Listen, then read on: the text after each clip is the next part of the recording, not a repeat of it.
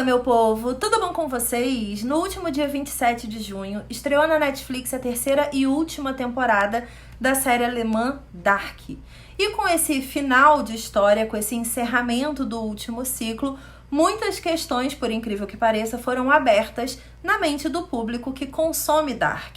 A gente fez aqui no canal a nossa tradicional maratochinha, em que a gente assistia um episódio e gravava um vídeo que mistura um pouquinho o bate-papo sobre a reação da gente dos acontecimentos e também um pouquinho do que a gente estava ali esperando para os próximos episódios. Eu vou deixar a playlist de Dark com o link aqui na descrição para vocês poderem assistir, se quiserem. Ficou muito legal. Todos os vídeos são muito grandes sim, mas é porque Dark dá muito pano para manga e a gente precisa bater papo. Então vai lá conferir nossos vídeos que estão bem legais.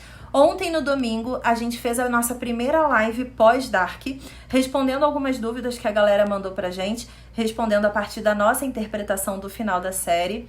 Quarta-feira agora dessa semana teremos uma nova live com a segunda parte das respostas para essas perguntas. E sábado, dia 4 de julho, teremos a nossa terceira live com a Natália Kreuzer, uma convidada super especial para a gente conversar sobre o legado de Dark.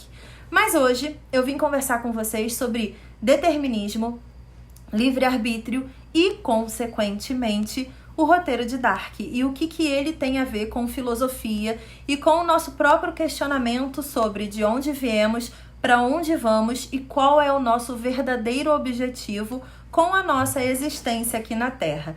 Eu sei que parece muito complexo, mas não é. Eu vou tentar explicar para vocês um pouquinho da minha visão sobre o roteiro da primeira, da segunda e da terceira temporada de Dark. Então, bora lá. O que a gente faz na nossa própria vida é pré-determinado ou existe de fato uma liberdade de ação no nosso dia a dia? Melhor, se tudo que a gente faz na nossa vida é consequência de alguma causa, ou seja, existe uma motivação para a gente levantar e correr atrás, então o que seria de fato o significado de livre-arbítrio? Você, por exemplo, não busca conhecimento se não tiver uma dúvida, alguma coisa te incomodando que faz você correr atrás de respostas. Correr atrás dessas respostas te faz ganhar conhecimento. Consequentemente, expande a sua mente e faz com que você busque novos rumos para a sua história, para a sua trajetória de vida. A gente começa a série Dark com uma frase que é muito legal do Einstein, de que o passado, presente e futuro é uma persistente ilusão do ser humano. E é exatamente por isso que o primeiro conceito que a gente precisa entender é o tempo e a relatividade desse tempo. Uma das primeiras coisas que Dark ensina pra gente lá no começo da história é de que o tempo é relativo. Tudo depende do seu ponto de vista, ou seja, do ponto de vista do observador.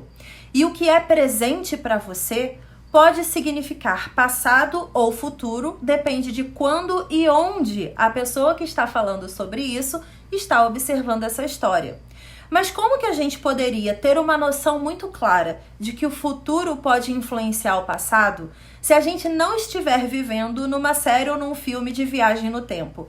Na verdade, é muito mais simples do que você pode imaginar. O exemplo que eu vou dar aqui para você vai te fazer entender como que o seu futuro vai influenciar o seu presente e, consequentemente, o seu passado, quando você estiver lá no futuro. Esse exemplo vale para qualquer pessoa. Vamos supor que você está aqui no seu presente vivendo de uma forma estagnada, num ponto de inércia da sua vida. Você não sabe o que vai ser do seu futuro, você não tem planejamento, você não tem emprego, você não tem nenhum rendimento financeiro. Você está aqui, inclusive, acreditando que a vida exige mais de você do que você pode dar para ela. E você descobre que daqui a 5 anos vai acontecer um super festival de música em outro país e você decide que é ir nesse festival de música. Ele é o festival de música dos seus sonhos. Só que lembrando, você está sem emprego, sem motivação, num ponto de inércia da sua vida. A primeira coisa que você precisa fazer é juntar dinheiro para fazer essa viagem daqui a 5 anos. Então a sua primeira motivação acontece. Você levanta e procura um emprego. Você encontra esse emprego e começa a trabalhar. Depois de 1 ano trabalhando, você percebe que os seus rendimentos não são suficientes para você viajar dali a 4 anos. Então você percebe que para ter uma promoção nesse emprego e ganhar mais, você precisa entrar no ensino superior, você precisa fazer uma faculdade. E aí você busca por conhecimento. Você entra na faculdade para poder ganhar a promoção no seu emprego e acelerar os seus ganhos financeiros. Ok, você entra na sua faculdade. Nela, você conhece uma pessoa e se apaixona. Você estava solteiro ou solteira há muito tempo e de repente você conhece alguém nesse curso e se apaixona por essa pessoa. Esse é o seu segundo ano batalhando para ir para o seu festival, ou seja, faltam 3 anos para o seu festival acontecer.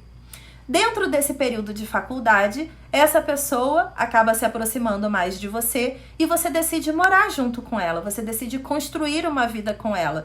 E essa pessoa pode até entrar na sua motivação de ir no festival dali a 3 anos. Vocês se organizam, vão morar juntos e de repente vocês são surpreendidos por uma gravidez.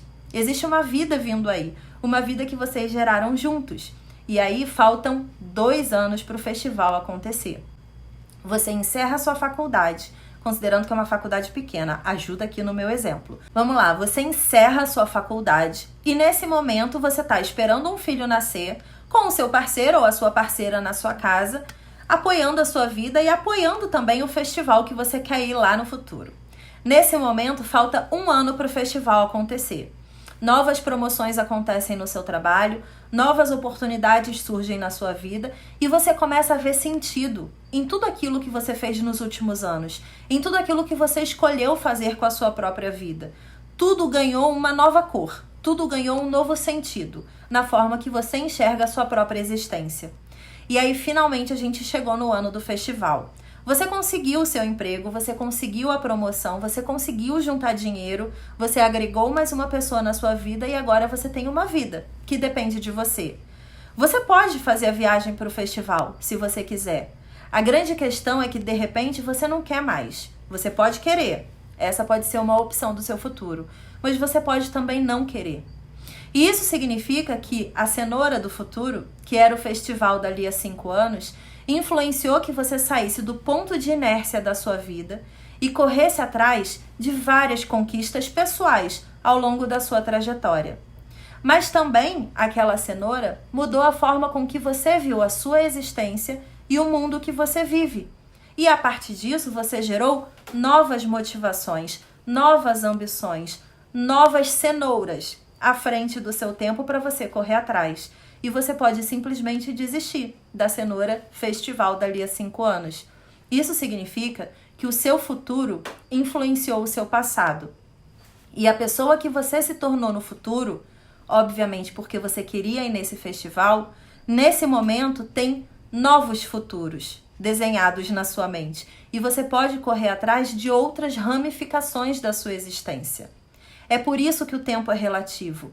E é por isso que o seu futuro pode sim influenciar o seu passado e o seu presente, independente de estarmos ou não numa história de viagem no tempo. Aí eu te pergunto, se o seu futuro influenciou o seu passado, em algum momento isso vai ter fim?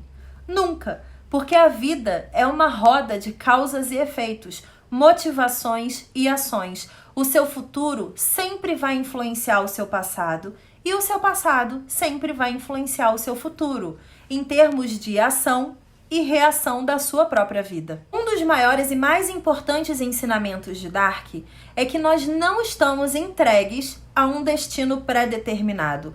Nós não estamos engessados a uma sequência de ações. A gente sempre pode mudar, redirecionar, agregar a nossa própria história, decidir seguir por outro caminho.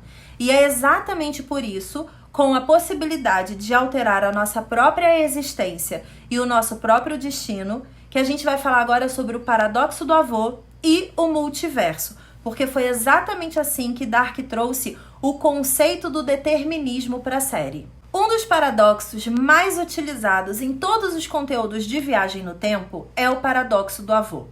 E ele fala o seguinte: se você volta no tempo e mata o seu avô, você anula a possibilidade da sua existência. Afinal de contas, o seu avô não vai ter o seu pai ou a sua mãe, consequentemente, você não vai nascer. Só que, nesse momento em que você mata o seu avô no passado, você existe. Isso que você está fazendo agora é o seu futuro. A sua existência nesse momento é uma realidade. Então existem 2 possibilidades de caminho aí. a existência em que o seu avô teve o seu pai ou a sua mãe, consequentemente você nasceu, criou a viagem no tempo e decidiu lá no seu futuro viajar para o passado e matar o seu avô. Nesse momento, você anula que nessa segunda existência, a sua existência seja uma realidade. Pensando nesse exemplo, a teoria do multiverso se torna muito mais compreensível. Porque se você tem um mundo, aí pensando na série, em que as ações acontecem em looping há milhares de anos, todos os acontecimentos são garantidos para que aconteçam exatamente da mesma forma, por que não existe uma outra ramificação em que um outro mundo foi criado a partir de uma decisão tomada diferente, a partir de uma ação executada diferente? A gente vai ter um outro vídeo aqui no canal, muito em breve, falando especificamente sobre as criações do mundo.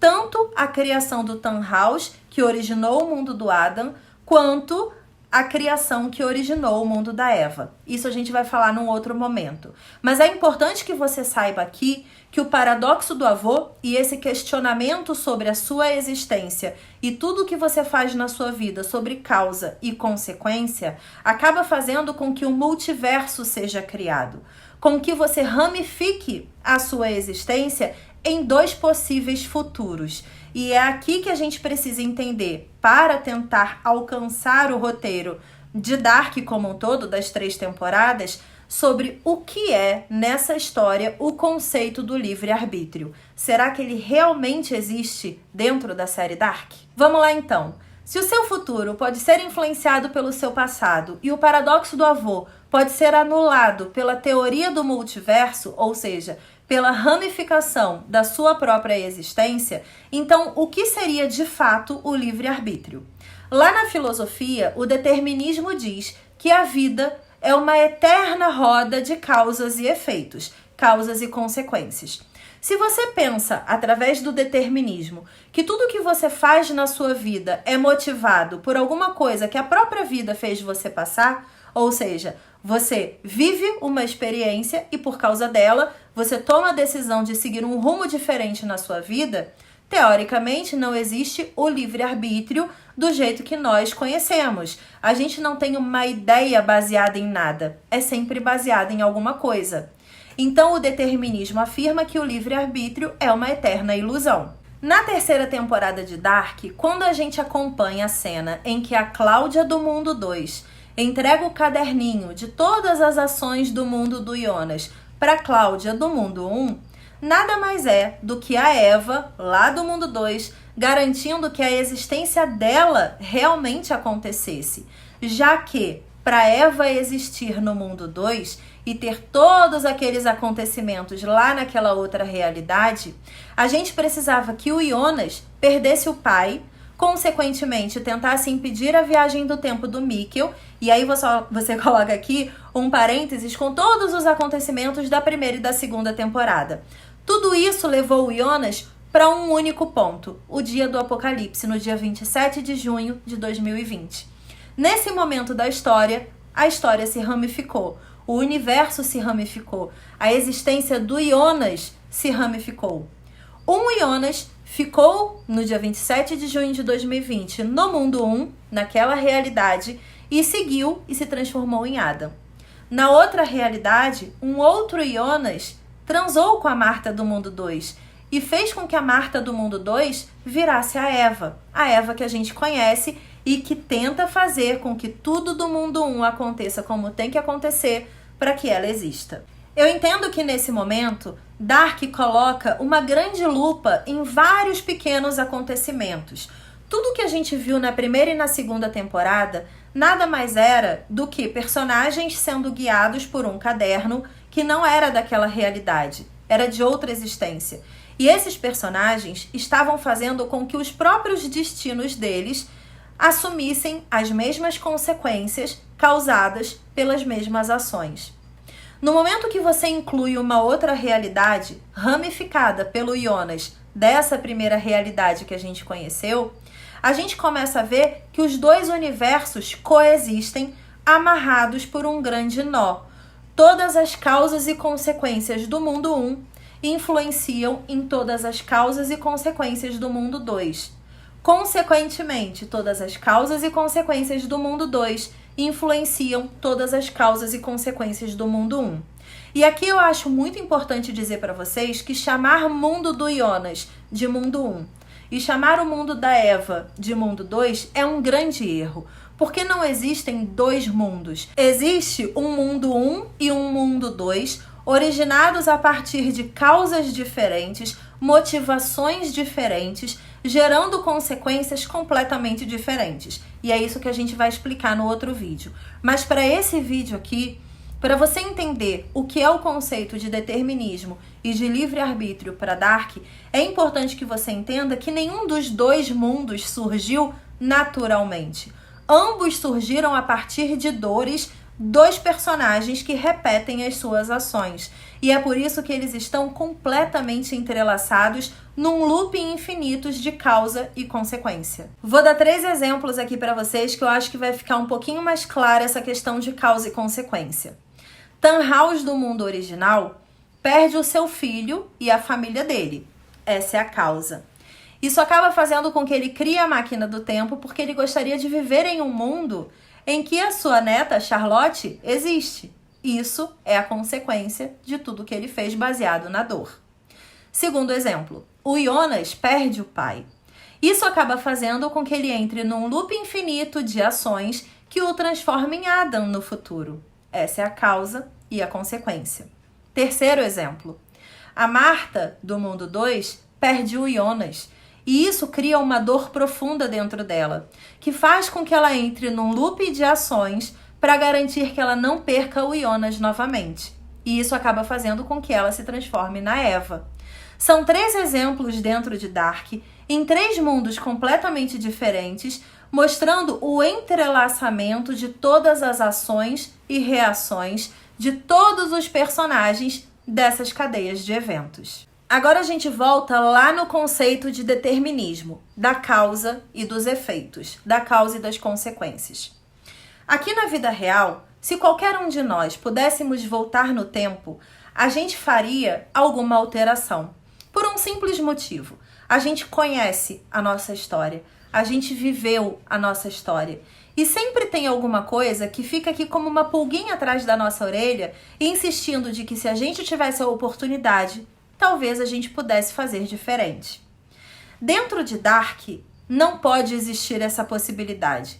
Mesmo que exista viagem no tempo, mesmo que exista viagem através de universos paralelos, ainda assim, voltando para o seu passado, você precisa garantir que você não faça nenhuma alteração na sua própria história. Só que o problema é que você não vive sozinho. Você tem outras pessoas no seu entorno, seus amigos, suas famílias, sua cidade, sua escola, seu trabalho. Tudo que acontece no lugar que você mora e por todos os caminhos pelos quais você já passou. Então, a partir do momento que você tem uma pessoa, quase como um maestro de uma orquestra, garantindo que tudo aconteça da forma que sempre aconteceu, para que a existência dessa exclusiva pessoa também seja garantida, você entra num looping de ações e reações que anulam o livre-arbítrio.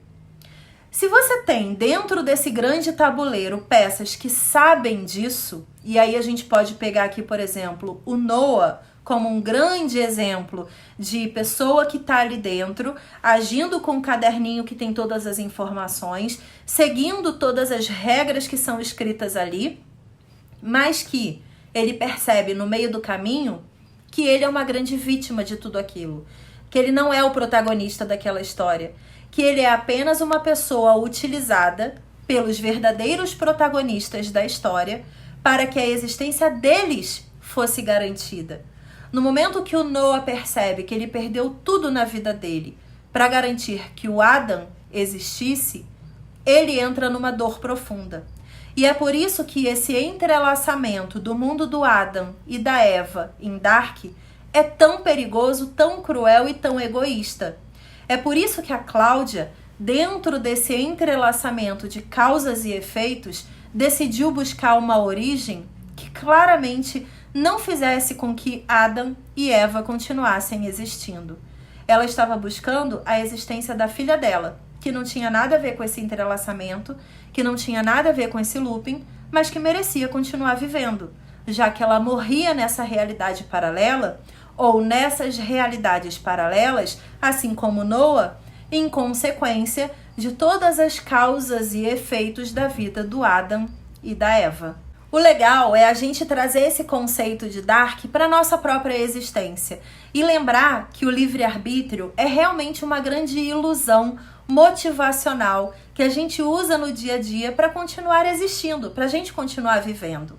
Quando na realidade, se as motivações causais da nossa existência não viessem para nós a partir de fora, de outras pessoas, de uma viagem que a gente faz, de alguma proposta que alguém faz pra gente, de um objetivo como ir a um festival daqui a 5 anos, qualquer coisa que a vida nos oferta como motivação, acaba gerando as nossas ações, as nossas consequências.